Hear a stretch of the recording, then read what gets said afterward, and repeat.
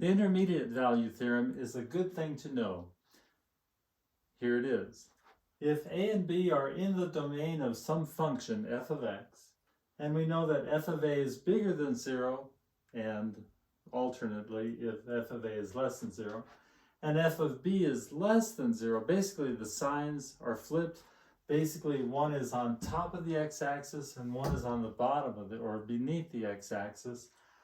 Then we know that somewhere there is a certain value c that is between a and b, such that f of c is equal to 0.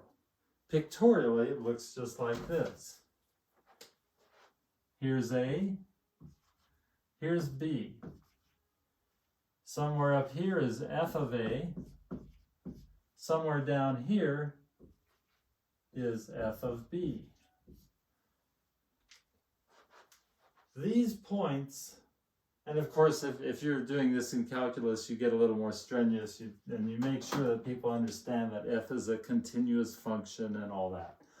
But we're just being elementary here to give you the picture that there is somewhere, because these points are connected by the graph of f of x. Say f of x does this right here. I don't know. It could be anything. But they're connected.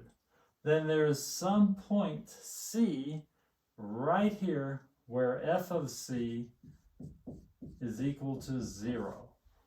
That's all that this theorem says. Intermediate value theorem. Somewhere there's this intermediate value in which c, in which the graph crosses the x-axis. It's really good to know when you're graphing. Let's suppose that our function is x cubed minus 5x plus 3. Since I just pulled this out of the air, let's suppose we're going between minus 1 and 1. So minus 1 cubed is negative 1. Minus 5 times negative 1, that's going to be 6, plus 3 is 9.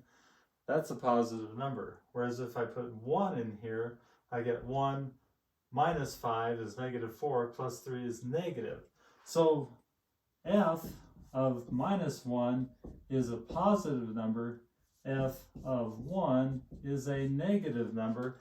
That's all I need to know, that somewhere in between 1 and minus 1, there's a number, and I don't know what it is, but there is a number that when you plug it into here, you get 0. Because that graph has got to cross the x-axis somewhere between these 2 points.